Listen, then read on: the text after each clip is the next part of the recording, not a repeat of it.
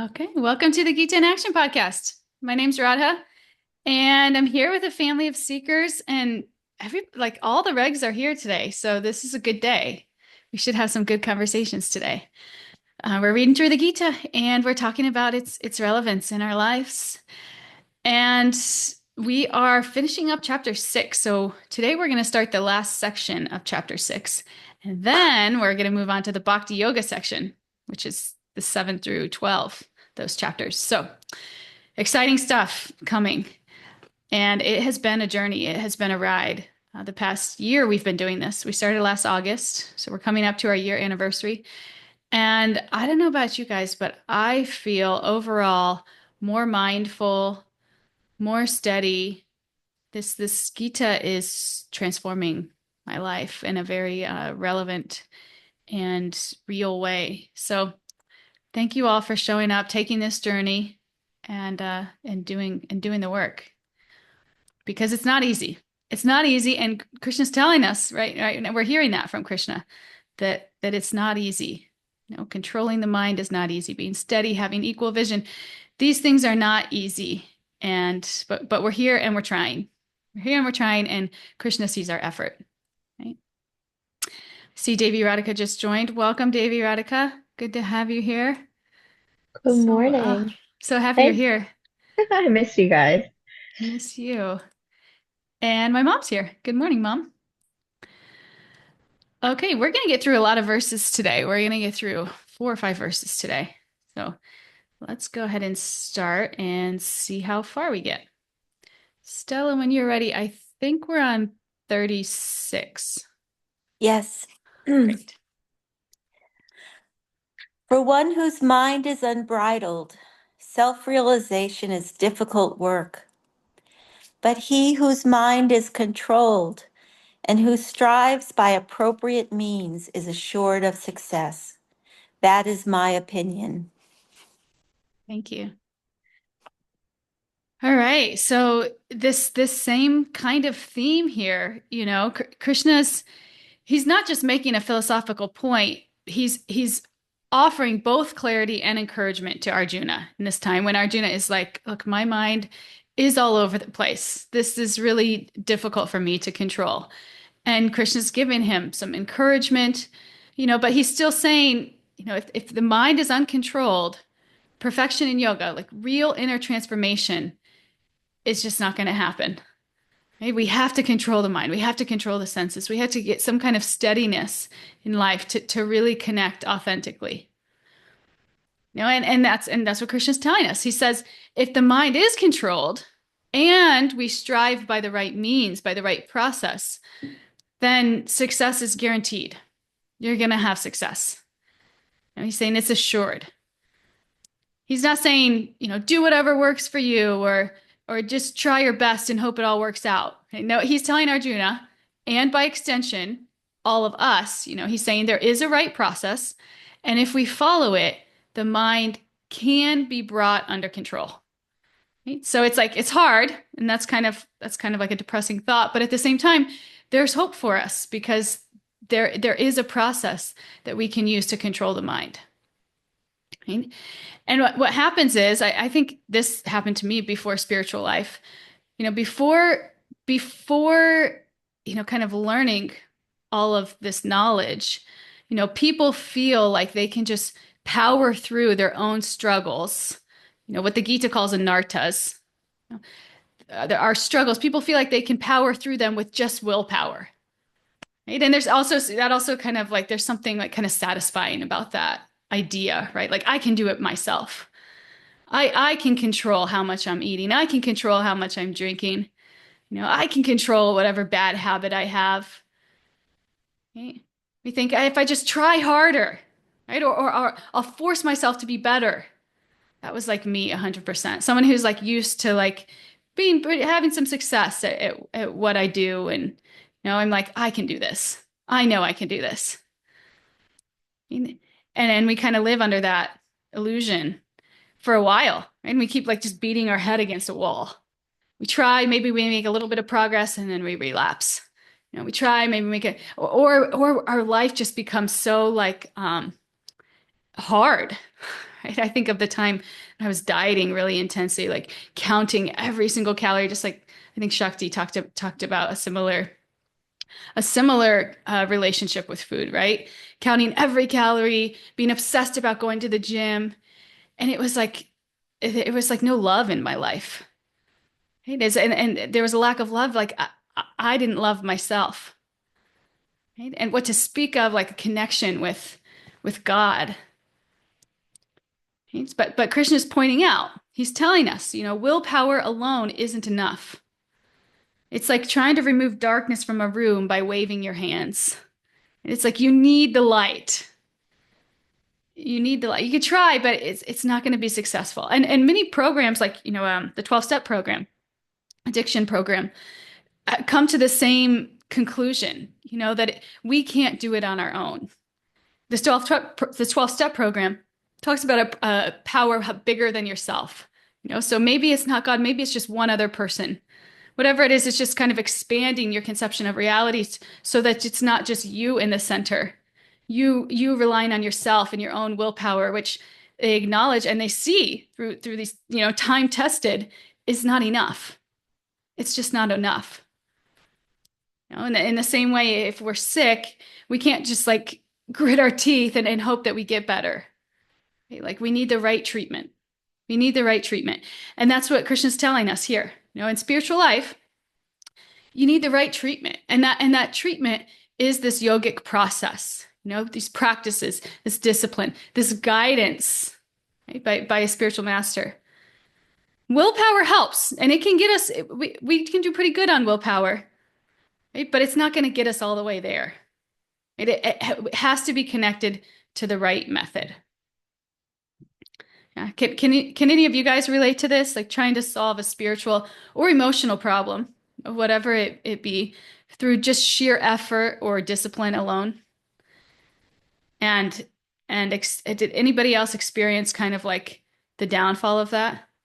Even if you're doing good for a while, getting rid of a bad habit and it doesn't have to be just like substances or food or, it can be like negative thoughts, negative talk, whatever it is that we kind of turn to, codependency, right? We need something bigger than ourselves to get out of some of these things, to get out of some of these destructive behaviors and habits.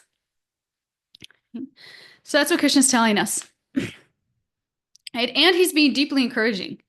He's being deeply encouraging, but he's not lowering the standard. He's saying it's difficult, but if you apply yourself properly, it's absolutely possible.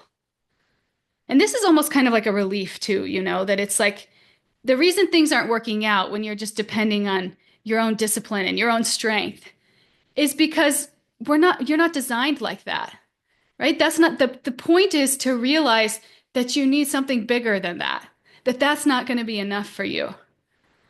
Right? And so it's a blessing that we learn it in this way, but it's illusion to think that is going to be enough, right? That you're going to be successful, that you're going to have a heart full of love, that you're going to be happy, right? And you're likely going to relapse, whatever you're trying to do, if you're just depending on your own effort and your own discipline, right? Okay, so Krishna's teaching us this right here in the Gita. He's teaching us. And it's funny, the mind, we've talked so much about the mind in this chapter because we're talking about the Ashtanga yoga process, and controlling the mind is like is very foundational to that. And the mind, for many of us, for all of us at some point or some time, the mind is like a total bully. It could be that voice in our head that just won't shut up, right? That keeps dragging us into habits that we want to break, right? Thoughts that we don't want to think, distractions that we can't really even afford to invest our time in, right? If we think about a bully, like at school, there's like a big kid who goes around intimidating everyone, right? And he picks on the smaller kids, not even because he hates them, but just because he can, right? He senses fear, and the more scared the kids get, the bolder the bully becomes. Okay, well, our mind kind of acts in a similar way. In 634, a few verses ago, Arjuna describes the mind as restless. Remember, we went over all these 4 characteristics of the mind: restless, turbulent, obstinate, and very strong. Right? So it's always going everywhere. And then it's like a snowball that's just rolling downhill, getting stronger and stronger. It's obstinate, it's determined, but like in the wrong way. And it's very strong. Right? It doesn't care if you're trying to improve. It'll interrupt you when you're meditating, right? When you're trying to work, even just when you're trying to be a decent person. And it pushes us into things that we're going to regret. From just small distractions to actions that totally go against our values. So the question is, how do we deal with this inner bully? And the Gita tells us again, controlling the mind's difficult, but it's possible, right? Not by chance, not by willpower alone, but by the appropriate process. Okay, and then this is where the schoolyard metaphor becomes useful. If a smaller kid wants to stand up to a bully, they probably can't do it alone. Right? They're probably going to get beat up pretty bad if they try to go at it alone, right? But if they team up with someone stronger, like maybe a caring teacher or an older friend, that's gonna change the dynamic, right? The bully's gonna back away. So in that same way, we can't overpower the mind on our own, and we shouldn't expect to. But if we can connect with someone stronger, right? And we all know the most strong, the most powerful, the most beautiful, everything, right? It is God. If we can connect with that, right? And that connection comes through the process of bhakti yoga, right? Not just going through the motions or checking the boxes, but by practicing with sincerity and intensity. When we try to engage in these meaningful, purposeful activities centered on God, and we resist the mind's constant attempts to distract us, right? The resistance becomes a signal, and it shows God that we're serious about changing. And we all know we make a little bit of an effort, like we talked about that sparrow who tries to dry up the ocean beakful by beakful. And while it's impossible for the sparrow to dry up the ocean beakful by beakful, Garuda, the big eagle, it sees the effort and comes and helps. Right? And that's what happens with us. When we make a little bit of effort, God sees that effort and he responds. So that's all we have to do is just make that little bit of effort, those little beakfuls removing the ocean. Because most of us have spent days, months, even lifetimes just letting the mind run the show. But the moment we start standing up to it, even just in small ways, we'll feel a shift. And we'll be able to sense that we're not alone. Right? That God's standing beside us, empowering us, but to put the mind back in its place. And we talked about ways that we can connect with God, remember God, chanting his names. This is one of the most powerful ways, chanting his names. This repetition of his names, the sound is not different than God. Right? And for many of us, we experience the peace in that moment. But we should also understand that it's not just peace that we're getting, it's a weapon. Right? It helps us not only tolerate the mind's noise, but also retaliate when it tries to pull us away from our deeper purpose. We're like arming ourselves up when we're chanting the holy name. That is like our shield and armor.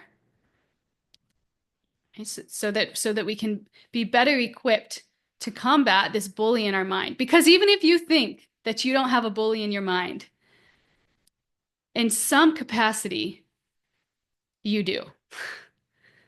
Right? In some capacity, you do. Maybe it's not like so extreme that it comes out as an addiction or it's a really obvious bad habit, but maybe even just that negative narrative, maybe that judgment of other people and yourself, that constant criticism that's showing up. Right? Whatever it is, there's something in your mind that is not always in line with your higher nature. And wherever you are, you can rise your consciousness. Wherever you are, you can connect more with God, right? And you can become more loving, more compassionate, right? to both yourself and others. So for you guys, when I was putting this together, I was thinking of you, Shakti. of these bullies, because you shared quite vulnerably and quite beautifully about the inner bully in your mind. Of you shared about the tape that it's constantly going on and on about saying that you're not good enough, right? Or you can't do this. I have a tape also that says I'm not good enough.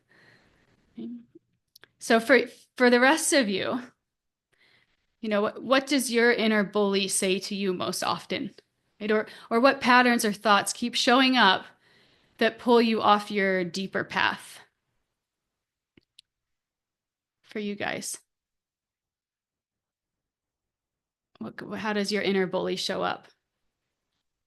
I'm driving right now, but I really want to share because I just had I just had like really loud and clear yesterday, like just this old negative thought pattern came back up, and mine often says to me,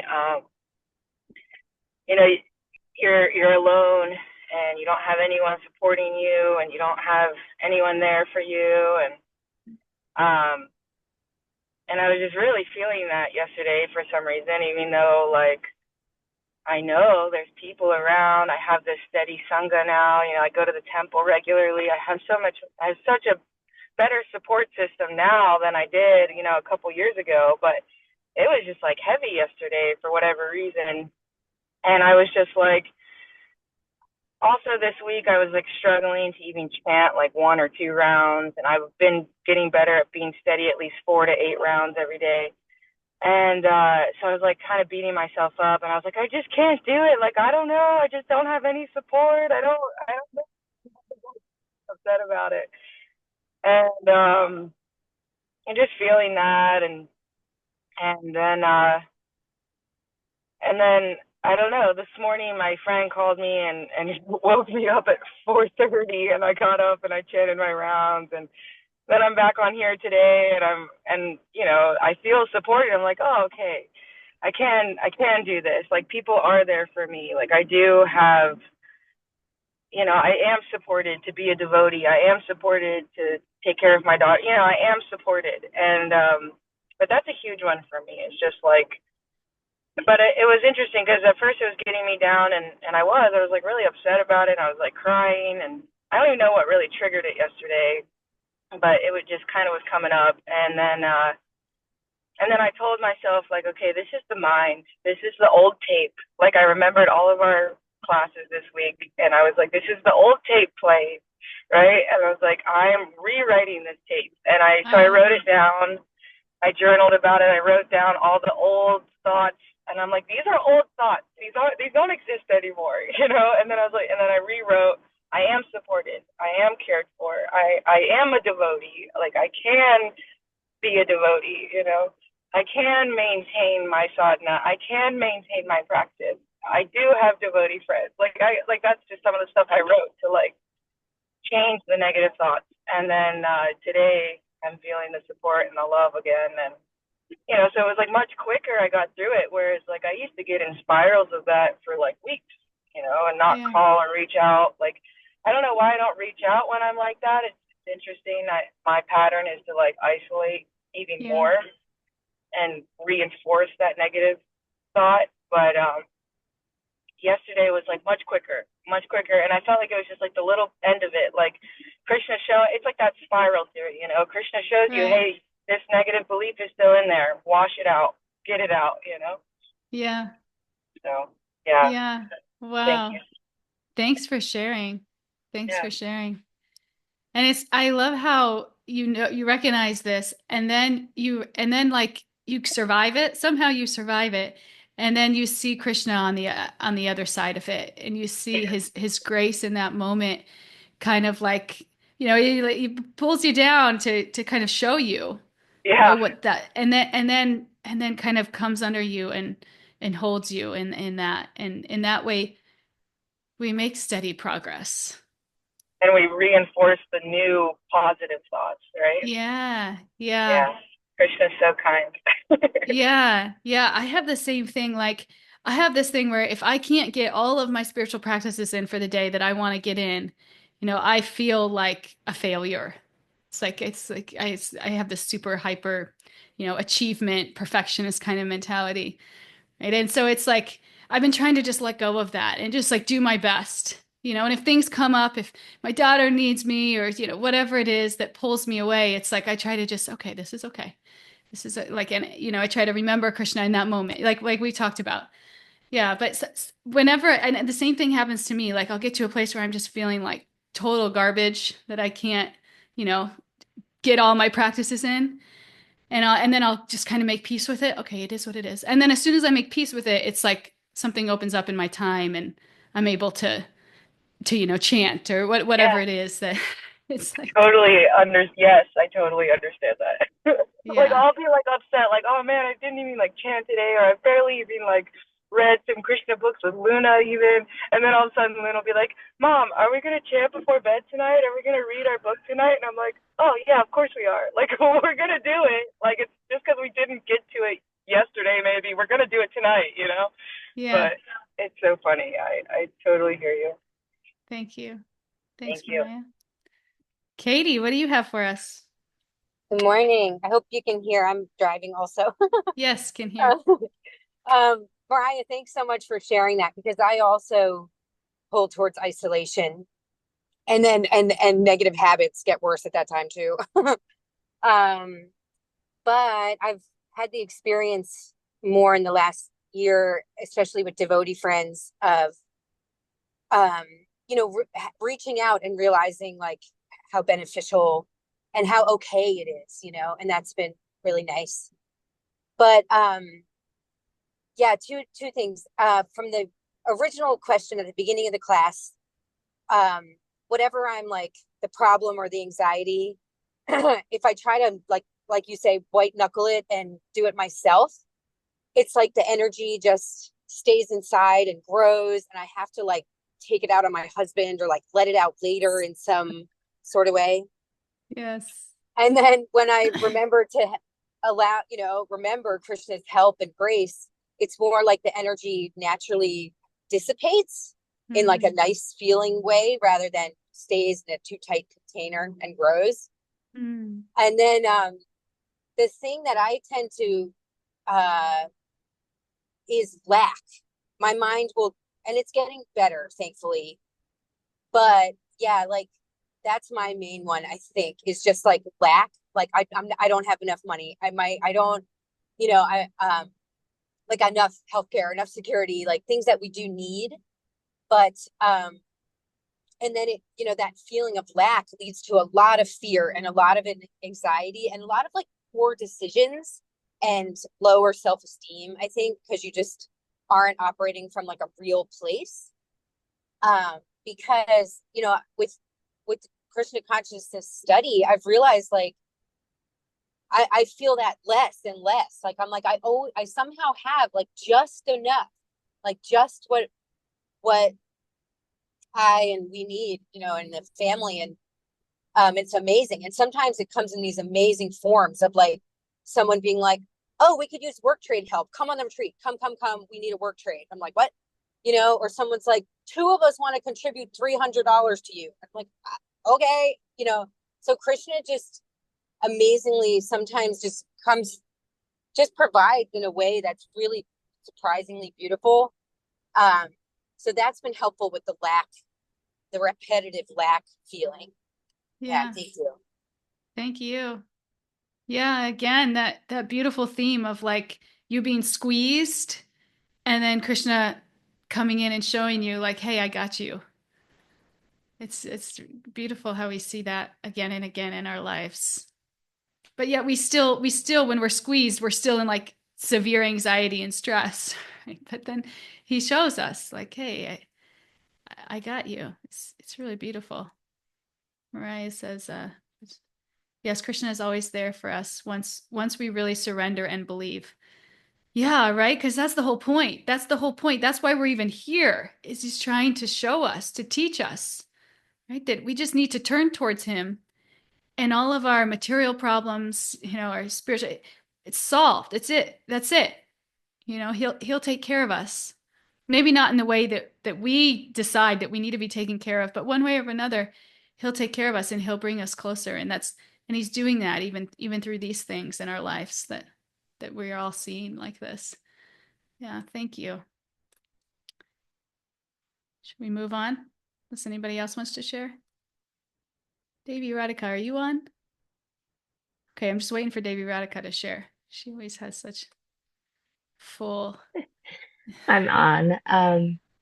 Yeah, I'm sorry I've missed the last couple of meetings because everything that everyone has shared is spot on. Yeah, my mind is when I'm in the mode of, of passion or dip back into the mode of ignorance, or it's like evil. I mean, I'll just throw it out there. I can say like some of the worst things to myself that if I said them out loud to other people, I swear they'd put me away. And it's been a struggle my whole life. And it all comes back to that original fear of like not feeling good enough. And that can take me into not as often, thank goodness, but in the past, it's taken me into some really dark places. It's taken me into, the throes of addiction. It's, you know, it's just, and those patterns come back. But the beauty of it is that they don't last. Like they might come back and I'm like, whoa, wait a minute. And sometimes I kind of nip it in the bud quickly, like you said, by like chanting or by grounding in nature or, reaching out to Sangha or something. And then other times it's like, okay, I've been in this space for like 3, 4 days a week. Like, give me some clarity and boom, like I get the clarity. Or I'll journal and I'll be like, oh wow, like that just came out. Like it becomes more, I guess my point is that the times that I'm stuck in that space become less frequent and the duration that I'm stuck in them become less frequent.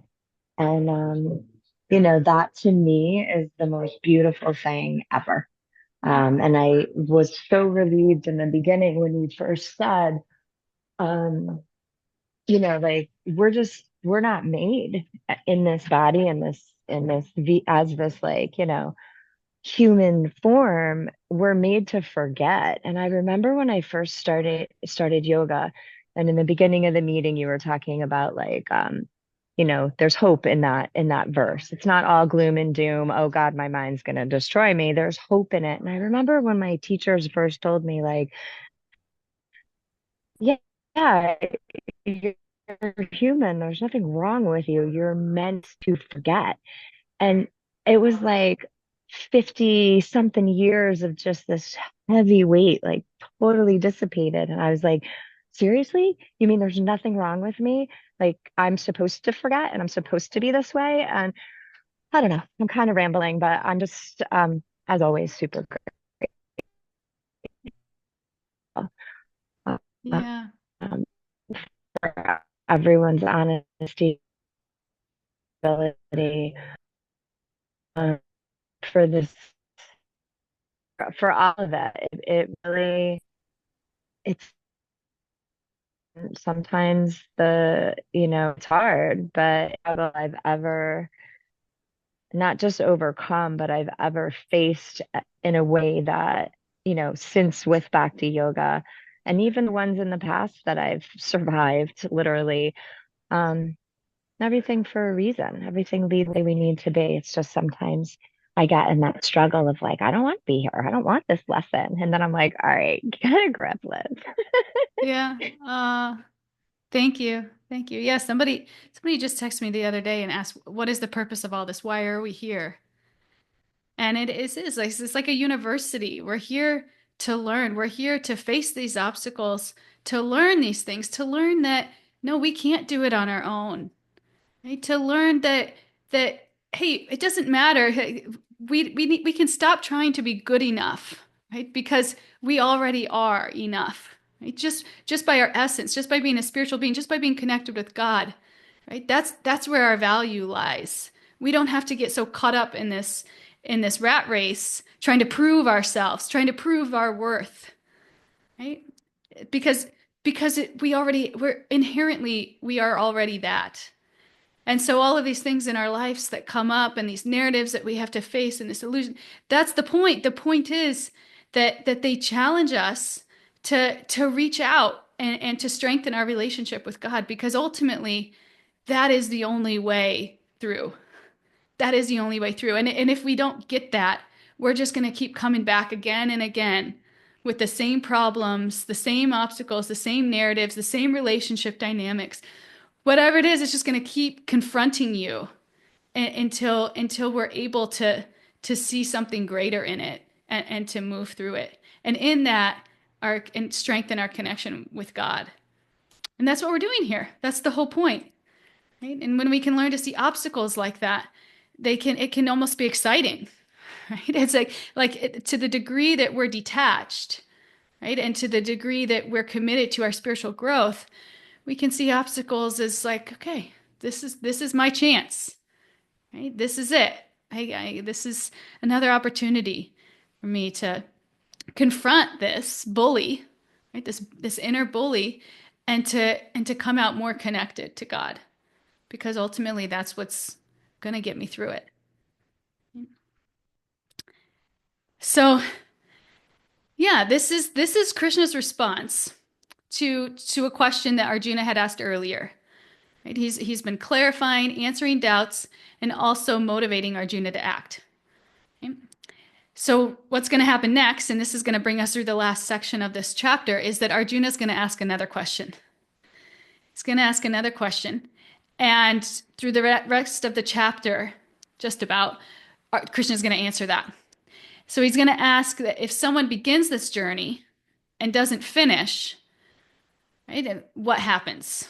What if they try, but they fall short? Right? Because we talked about this is such a hard process. Controlling the mind, connecting. It's so hard. And more often than not, people lose. I mean, we see it all the time. Something comes up and people just can't get over it. Right? And then they spend the rest of their life, maybe in the next life, just steeped in this kind of negativity or this addiction or whatever it is, because people don't get it. People don't have the knowledge, and it just doesn't happen for them. So what happens? What happens? Or what happens if you make a little bit of progress, but then you kind of fall away? You get pulled into other things. So that's where we're going. 237. Whenever you're ready, Stella.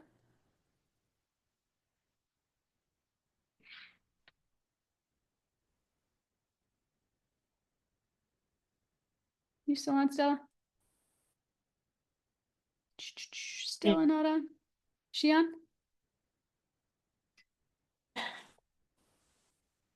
There it is. Arjuna said, "O Krishna, what is the destination of the unsuccessful transcendentalist who in the beginning takes to the process of self-realization with faith, but who later desists due to worldly mindedness and thus does not attain perfection in mysticism?" Thank you. Okay, so again, we've been journeying through chapter 6, right? Central theme has been the mind, how powerful the mind is, how unruly it can be, how critical it is to learn and to manage it on the spiritual path, right? And so Arjuna's asked an honest question before, right? He says, Krishna, I get what you're saying. You say I can control the mind through patience, through detachment, persistence, right? He says, that's hard, right? I can't do it. And that's where Krishna kind of brings him into all of this answer. You know, he's reassuring him, I know it's hard, but you can do it. I know it's hard, but you can do it. If you have the right process, you can do it. So he's saying, okay, say I try it. Say somebody tries it, right? It sounds like it can take a long time. Right? What if I start walking this path, but somewhere along the way, I stumble, or I get distracted, or I even just walk away completely? What happens to someone then? What happens to someone who begins this journey but doesn't complete it?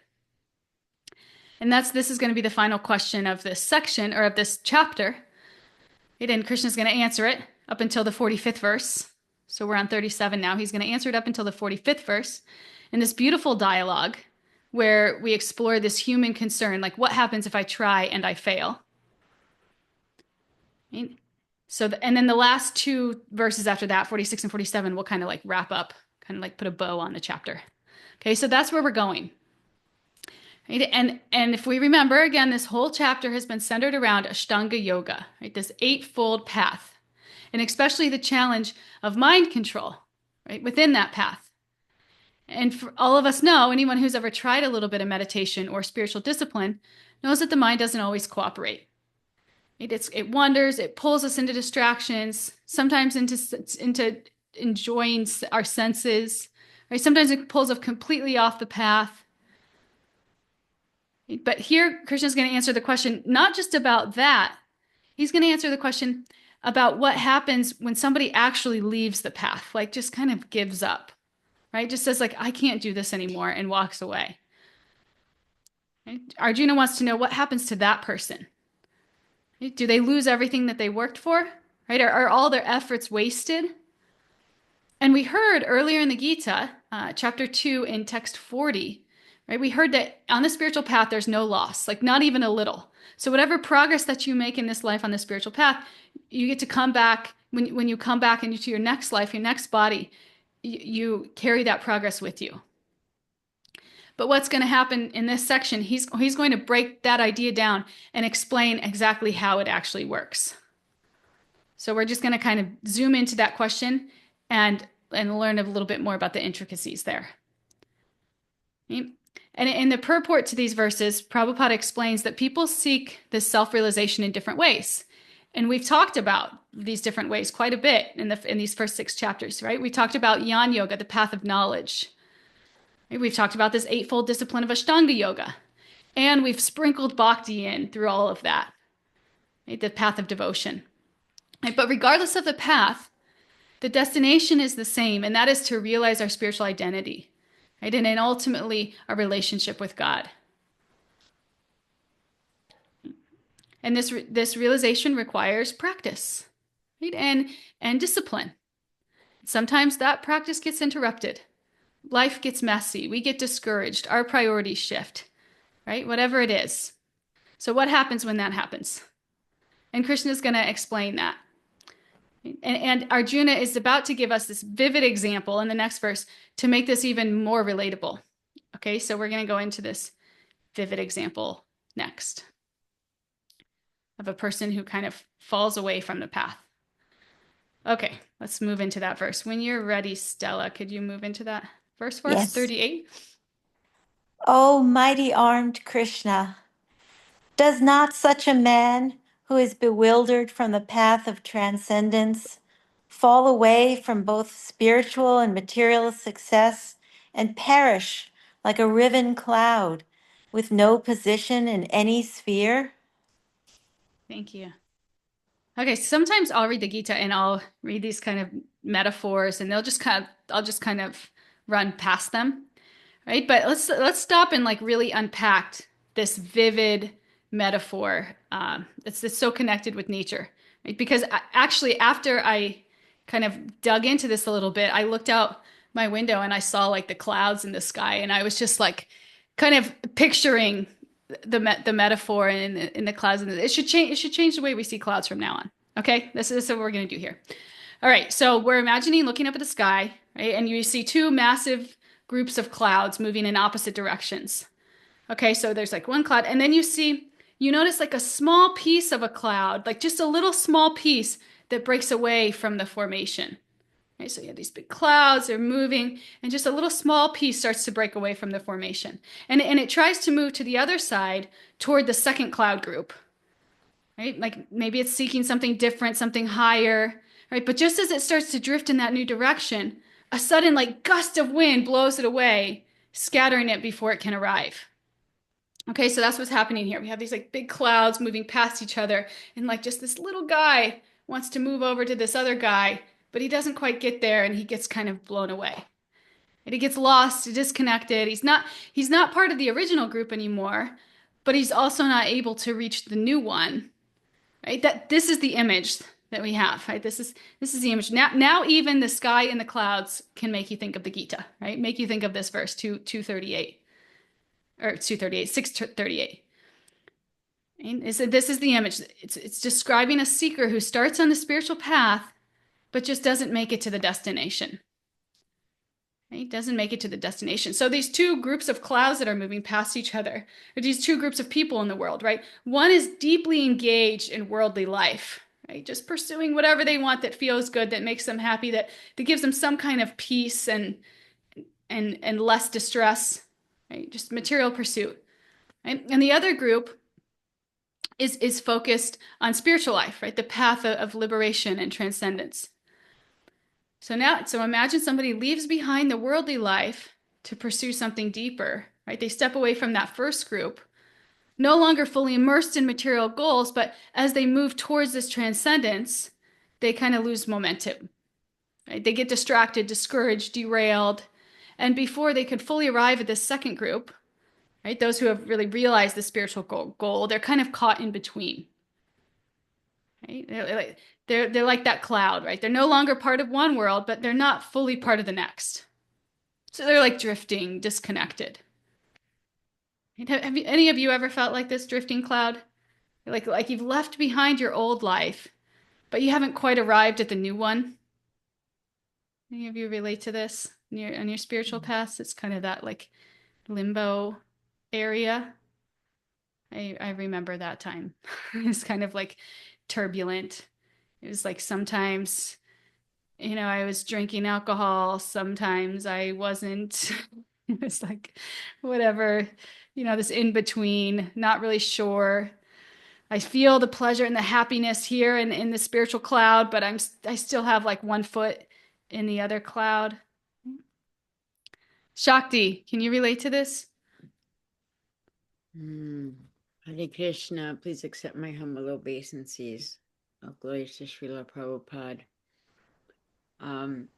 Yeah, I can. When George told me, hey, I have a job opportunity in Canada, it'd be good for us. Let's, we'll move there and whatever. I had never even been to Canada. Like I never not even stepped a toe into Canada. And I was like moving here. And I was living in just right outside New York City. So I moved to this suburb where things are closed by 8 o'clock. And I was like, where I was literally just about to be initiated. And then I was like, wait, I have to move. And then I was sort of lost in the sea of, I don't have any association. I don't know anybody. I have no friends. I have no connections. You know, I didn't even know, like, honestly, the online associations was generally, for me, depending on where we are, probably for a lot of people, it's almost like a savior. It's like that savior lifeboat that Krishna sends us. Like, oh, look, there's a Gita in Action podcast at this time. Get on there twice a week. Like, I didn't even know, like, up from down, down from up, side to side. And I was afraid. I was depressed. I was sad. I really didn't know. Like, and I would just pray every day. I set up my deities, set up everything, and I would go down there and I would just say, please, please help me speak through you. Please help me find community. Please just help me connect. I was so lost. And I mean, at this point, I didn't turn to really any of those things that that I've shared in the past that I've turned to. But I turned to really, this is what I turned to 24/7 TV. Just listening to the same news cycles over and over and over again. And just literally, I cut the cord of almost like, the umbilical cord of the baby. I cut that cord to life, to Krishna, just because I became so yeah, it was really a hard time for me. I mean, I even think about it and I just want to start to cry. It's so sad. And I just thought, okay, and this is something I say, even though my husband will throw it back at me and say, it's Krishna's arrangement. This is Mm. Krishna's arrangement. And and then eventually, and part of it is also, I'm going to say it because maybe somebody else needs to hear this. I don't know. But part of it was that I could sit in that pity of myself forever if I want to, because that's an old tape. But, like nobody comes knocking at your door and says, hi, Radha Pretty, are you looking for a job? I have a great job for you. Let's do this. That's not how it works. Like you have to put yourself out there. And I just, my husband said, "Hun, you have to just try. Just go to one this, go to one that. I'll drop you at the temple for one day, just little by slowly." And little by slowly, things started to change. Krishna, once I reached out and said, Shri Krishna Govinda, like, please, like Draupadi did, right? Yeah. I don't know what else to do. Help me. Yeah. So you heard that cloud, you were kind of drifting in the middle. You had let go of your material life, but you weren't quite yet to the other side. And you experienced like pretty intense pain in that place, right? Uncertainty. Right? It's being scared, being sad. That's that makes a lot of sense. Makes a lot of I'm sense. not like that is not if you know me, my personality is sort of not like I'm sort of like, yay. And so I didn't know how to.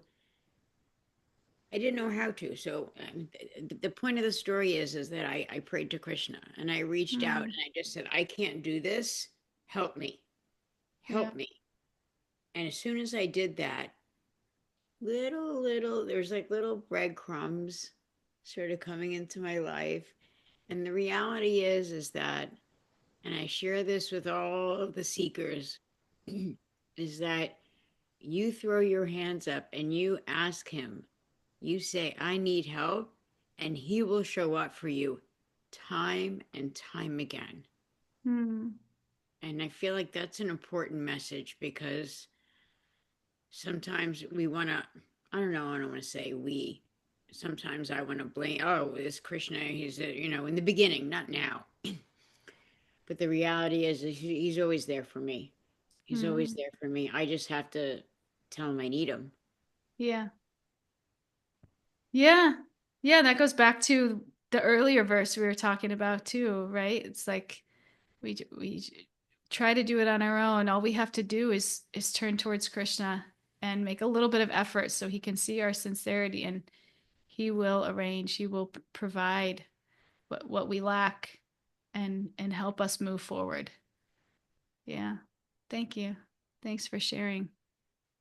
Yeah, that can bring up a lot of things for us, right? If we let go of one cloud and we're just kind of drifting. Right? What did Mariah say here? That's where I feel now. And Stella says me too. I think they're being humble. But yeah, we should know that even if we have reached over to the other side and we feel connected to the new spiritual cloud, at any moment we could we could fall away again. We could drift away again and we could be just kind of in that abyss. Brittany says I also feel this way. Yeah, this is reality. And as long as we feel this way too, you're in a good spot because it will keep us connected to Krishna. Just feeling that way, right? Like we're just not there. It'll just keep us aspiring to to get there. Okay. Brittany, yay. So happy you're here. Please share with us. Yeah, I wanted to share on this because I find myself here many times before. The I'm not where I was before, but I'm not where I really want to be quite yet, or where I feel in my heart that I'm going. And lately, I've been thinking that when I think that, maybe the trick is to find the joy in that present moment and not want to be somewhere else.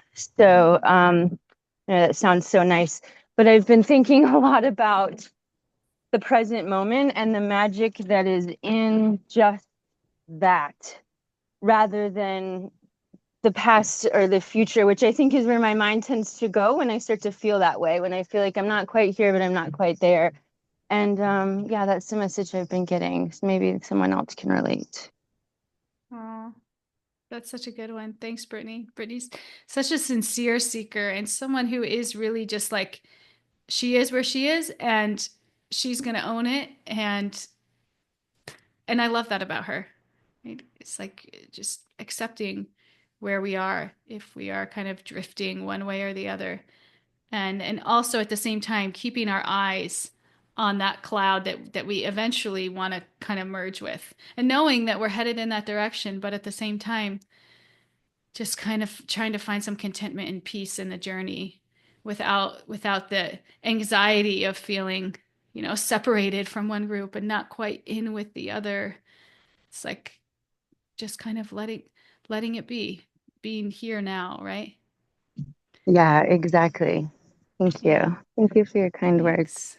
Thanks. Yeah, and that's the only way we get there either. Because if we get kind of wrapped up in our own yuck when we're kind of drifting from one cloud to the other, then we're gonna get deep, we're gonna get distracted, we're gonna get pulled away. Our cloud's gonna fall out of the sky. Right? So it's just kind of steady movement. Yeah, thank you all. Such beautiful, sincere shares. Yeah, so I love that all of you can relate to this. But what Arjuna is really asking here is, as this cloud is moving away, what happens if the cloud doesn't end up merging? If the cloud doesn't end up finding the new cloud and it just kind of falls away? What ends up happening to that person? Right? It's like a real concern for anyone who's tried to walk the path, because the journey isn't easy. Like, we probably all know people that have started out and have been really strong spiritually, and we look at them now and they've kind of fallen away from the path, right? They're not really practicing, they're not really trying to connect with God daily in their lives anymore. Right? They're distracted, maybe pulled in another direction, right? Old patterns, right? Get pulled back. Right? So what happens to these people? Right? So Krishna's going to answer this. This is where we're going. He's going to answer this. And this question, what happens if I try to reach the other side but fall short? Okay, and what Krishna says next is deeply reassuring. It's deeply reassuring. And this is where we're going. Should we do one more verse? It's a short verse. Should we Yes. do one? You want to do one more? Okay, let's do one more then. Thank you, Stella. You answered that. I will share my screen. And go ahead when you're ready. 39, Stella. This is my doubt, O Krishna, and I ask you to dispel it completely. But for you, no one is to be found who can destroy this doubt. Okay, thank you. I found very much comfort in that. Why'd you find that comforting? Because it's only him. It's only him. It's only, but for you. That's Yeah. what I like. And that is the point here. That's where we'll end today with this verse, and what we should take away here is that Arjuna's bringing up, his deepest, his most vulnerable doubt. He's been listening to Krishna talk about yoga, the mind, discipline, the challenges of staying steady on the path, right? And now with sincere, like genuine sincerity, he's opening up. He's saying, "This is my doubt." He says, "Please, I beg you, remove it completely." Right? It's very heartfelt. And just like Stella says, Arjuna knows that no one else, right? Not teachers, not scholars, not philosophers, right, can fully address what he's wrestling with here, right? And why? Because Krishna is not just a teacher. He's not just a teacher. He's not just like a charioteer, right? He's the supreme absolute truth, right? The source of all knowledge. He is the knower of the past, the knower of the present, the knower of the future. Right? He's all knowing. Right? And that's who Arjuna is asking this question from. I mean, even if he's asking it from a teacher, that's pretty good. But no, Krishna's more than that. He's everything. Okay, so this sequence is going to spread across 3 verses. He's going to answer it now. That's where we'll go the next class. So we'll save the answer for the next class of how Krishna is going to answer this question of what happens to those clouds that fall away and they don't make it to the other side. Krishna's going to answer this, and then we'll wrap up the chapter from there and get into the Bhakti Yoga section. That kind of prepares us greatly for the Bhakti Yoga section of the Gita. But yeah, that's the point in this verse, just like Stella said, is just in recognizing that Arjuna is asking the supreme absolute truth here, the source of all knowing. And in that he's surrendering to him in that, dispel my doubt. He's open, he's ready, and he's connected.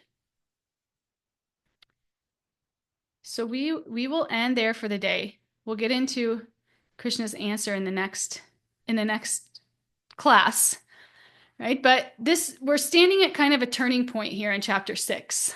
We've been walking with Arjuna through some of the most intimate and challenging spiritual terrain in the Gita, right? How to deal with the mind, how to persist through doubt, right? And what it really means to stay steady in our practice, even when we feel weak, distracted, overwhelmed.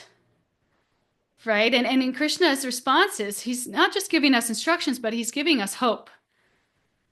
Right? He's not sugarcoating the struggle. He's not denying the mind's power to distract or derail us. But he's not leaving us in despair. Right? He's saying something deeply profound and personal. Oh, he's telling us, I get it. The mind is difficult to overcome. But you can do this by the right process. And then the next verse where we're going, he's going to get even more personal with Arjuna, which we'll get to. But maybe we'll just kind of pull that in for now. Okay, so maybe you've had moments that you felt like you're a drifting cloud, you're uncertain, you're caught between 2 worlds, not quite sure where you belong. Right? Or maybe you felt like that bullied kid in the schoolyard of your own mind, right? Overwhelmed by thoughts, habits, emotions that just won't quit. Right? And in this message, in this chapter, Krishna's telling us, you're not alone. Your effort is never wasted. Right? And if you keep showing up with sincerity and with the right process, then success is not only possible, it's inevitable. It's going to happen. Right? This is the divine promise, and it carries us across lifetimes. Right? So wherever you are in this path, if you're struggling, if you're thriving, if you're starting over for the 100th time, right, just know Krishna sees you. He walks with you. And he's just waiting to respond the moment you reach for him.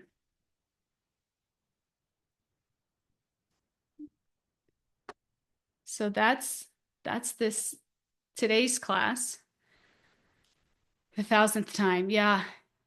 The 1000th time. Does anybody want to share anything else before we end for the day? Seeing the message board, it's so great. You guys are amazing. I should have read all these. Thank you, Mariah. I love this Sangha as well, connecting with you all, going through this together. We need each other, right? We can't do it alone. We absolutely can't do it alone. And wherever we gather and talk about the Lord, he's here. He's here with us right now. And I can always feel that presence when I'm with you all. So thank you. Yes. Okay. Well, if nobody wants to share anything, we can end for the day and we'll come back on Monday. Thank you. Thank you. Hi, Krishna.